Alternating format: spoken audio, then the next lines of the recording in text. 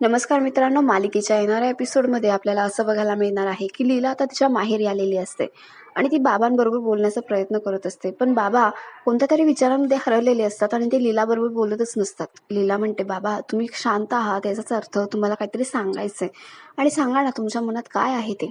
बाबा म्हणतात, लीला आपली रेव ना कोणाच्या तरी प्रेमात पडली.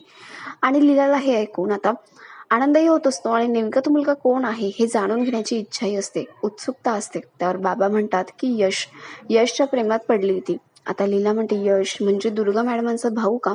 त्यावर बाबा म्हणतात, हो.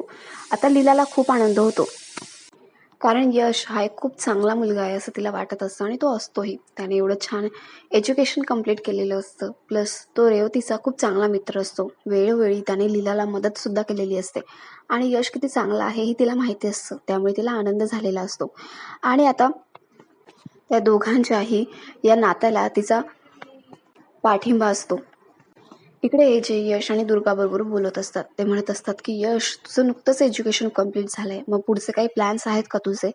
त्याच्यावर यश म्हणतो, हो एजे, मी 1-2 ठिकाणी इंटरव्ह्यूज दिलेत आणि त्यानुसार आता काय करायचं ते बघतोय. त्यावर एजे म्हणतो, तू तुझ्या पद्धतीने जॉब तर शोधस, पण माझ्या पद्धतीने सुद्धा तुझ्यासाठी काय मला प्लॅन करता येईल का हे मी बघतोय. तुमची जर परवानगी असेल तर मी माझ्या पद्धतीने तुझ्या फ्युचर प्लॅनसाठी काहीतरी सोय करून ठेवतो. त्यावर आता यश म्हणतो, ऑफकोर्स एजे, तुम्ही करू शकतात. एजे म्हणतो, ठीक आहे, मी विचार करून माझ्या प्लॅननुसार तुम्हाला कळवतो की माझा डिसिजन काय आहे ते. आणि दुर्गाने यशला खूप आनंद झालेला असतो की एजे स्वतःहून त्यांची एवढी काळजी घेत आहे, त्यांच्या फ्युचर विषयी प्लॅन करताय आणि त्यांना सगळ्यांचीच किती काळजी आहे ते.